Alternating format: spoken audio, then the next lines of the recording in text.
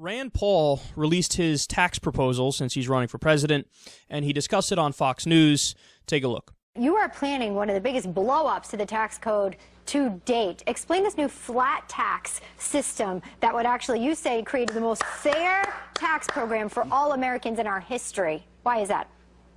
We have a 70,000-page tax code, and we're chasing American businesses overseas. We chase Burger King to Canada. Every day there's a new company that's reincorporating in Europe or somewhere else. So what we do is we get rid of the entire tax code, and we have one flat rate of 14.5% for businesses and for individuals. And we get rid of the payroll tax for all working-class Americans. This will be the biggest proposal of any candidate so far. It'll be the largest tax reduction in our history. Right.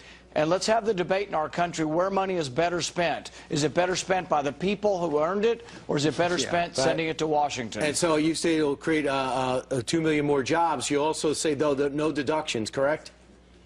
Very few. We keep the mortgage deduction and charitable deduction, but all the other stuff goes. All the special loopholes go. And the other thing that would be good about this is there'll be no rich person or no rich corporation that pays zero. Everybody's going to pay 14.5. That's what we call it, the fair and flat tax.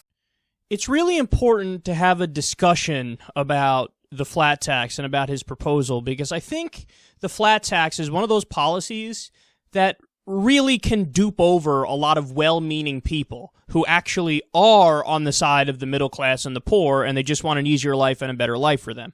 And I know because I've met people like that, people who would call themselves moderate or maybe center-left or center-right, and they think like, oh, why can't we just do a flat tax? It makes sense to me. Why can't everybody just pay 12% or 14.5% like he said right there, percent? Seems like it makes sense. Here's why it's actually a horrible idea. In effect, it's a regressive tax. And what that means is, if we were to implement that, say, tomorrow, what would happen? We would have poor people and middle-class people get a tax hike. So it would be a tax increase on at least 50% of the population, the poor people and the middle-class people. And it would be a massive tax cut for the rich.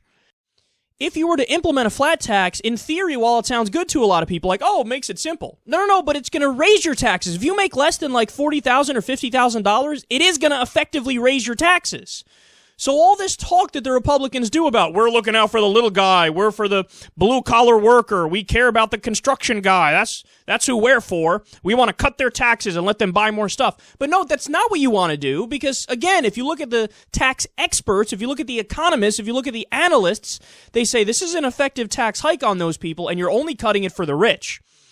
So that's why you have to be careful, man, because sometimes something sounds decent in theory, but then when you actually check empirically how it would affect people, it doesn't work, and it's actually a bad thing.